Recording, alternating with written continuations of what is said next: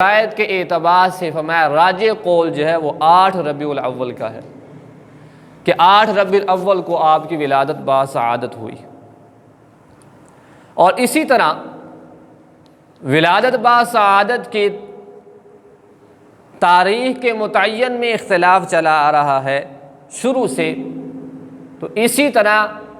آپ علیہ الصلاۃ والسلام کی وفات وصال مبارک جو ہے وہ کس تاریخ کو ہوا، اس میں بھی شروع سے اختلاف چلا آ رہا ہے۔ اس بات پر متفق ہیں کہ آپ کا وصال بھی ربیع الاول کے اندر ہوا اور سوموار والے دن ہوا، لیکن تاریخ کیا تھی؟ بعض فرماتے ہیں 1 ربیع الاول کو آپ کی وفات ہوئی، اور یہ عظیم سانحہ جو ہے وہ 1 ربیع الاول کو ہوا۔ بعض فرماتے ہیں 2 ربیع الاول کو، بعض 12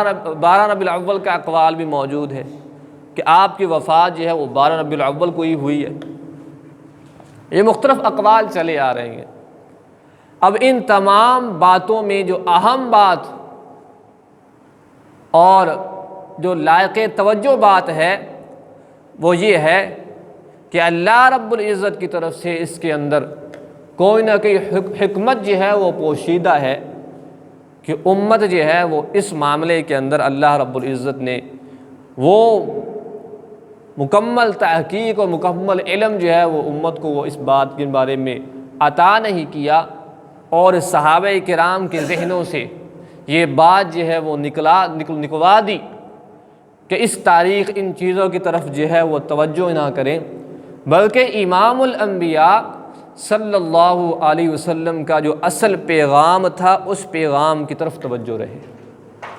آپ کی جو اصل تعلیمات تھی اس کی طرف امت جو ہے وہ متوجہ رہے۔ جبکہ آپ علیہ الصلاۃ والسلام کے ولادت باسعادت بھی ایک عظیم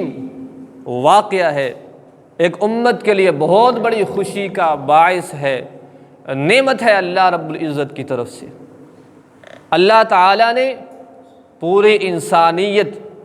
بلکہ اپنی ہر مخلوق پر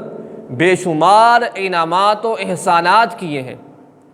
اور ان مخلوق میں جو اشرف المخلوقات ہے حضرت انسان،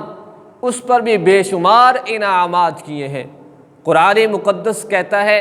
اللہ رب العزت ارشاد فرماتے ہیں کہ میرے انعامات و میرے احسانات اتنے ہیں کہ تم اگر گننا چاہو تمہاری گنتی ختم ہو جائے گی، میرے انعامات و احسانات ختم نہیں ہوں گے۔ تو اللہ رب العزت نے قرآن مقدس کے اندر یہ انداز رکھا کہ اللہ تعالیٰ نے وہ انعامات گنوائے نہیں کہ میں نے یہ بھی انعام کیا، یہ بھی کیا، یہ بھی کیا، ان کا تذکرہ ہوا، لیکن اسے خاص طور پر ذکر کر کے انسان کو مخاطب نہیں کیا۔ اور جب امام الانبیاء صلی اللہ علیہ وسلم کی ولادت باسعادت کی، آپ کی بعثت کی باری آئی، تو اللہ رب العزت نے وہ انداز بدل دیا، وہ تعبیر بدل دی اور تاکیداً انداز اپنایا، تاکید والا انداز اپنایا، اور مکمل طاقت کے ساتھ یوں کہیں جس طرح انسان کی کوئی بات سمجھانا چاہتا ہے نا، تو آدمی جو ذرا زور کے لگا کے،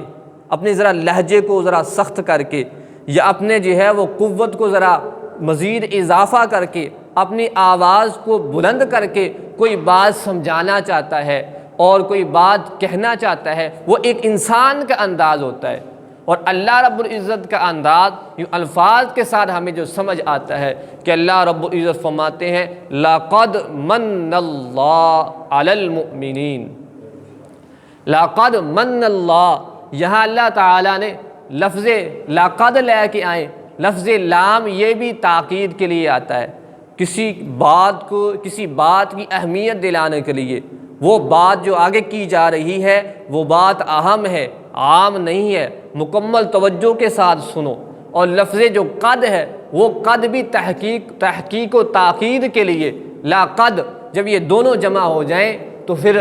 اصول حضرات فرماتے ہیں کہ یہ قسم کے معنی میں آتے ہیں، گویا اللہ رب العزت قسم اٹھا رہے ہیں کہ من اللہ علی المؤمنین، میرے جلال کی قسم، میری مہربانیوں کی قسم، میرے عظمت کی قسم، من اللہ، اللہ نے ایمان والوں پر احسان کیا ہے۔ جہاں بے شمار انعامات و احسانات کیے اور ان احسانات کو جتلایا نہیں، بلکہ جو احسان جتلایا اللہ رب العزت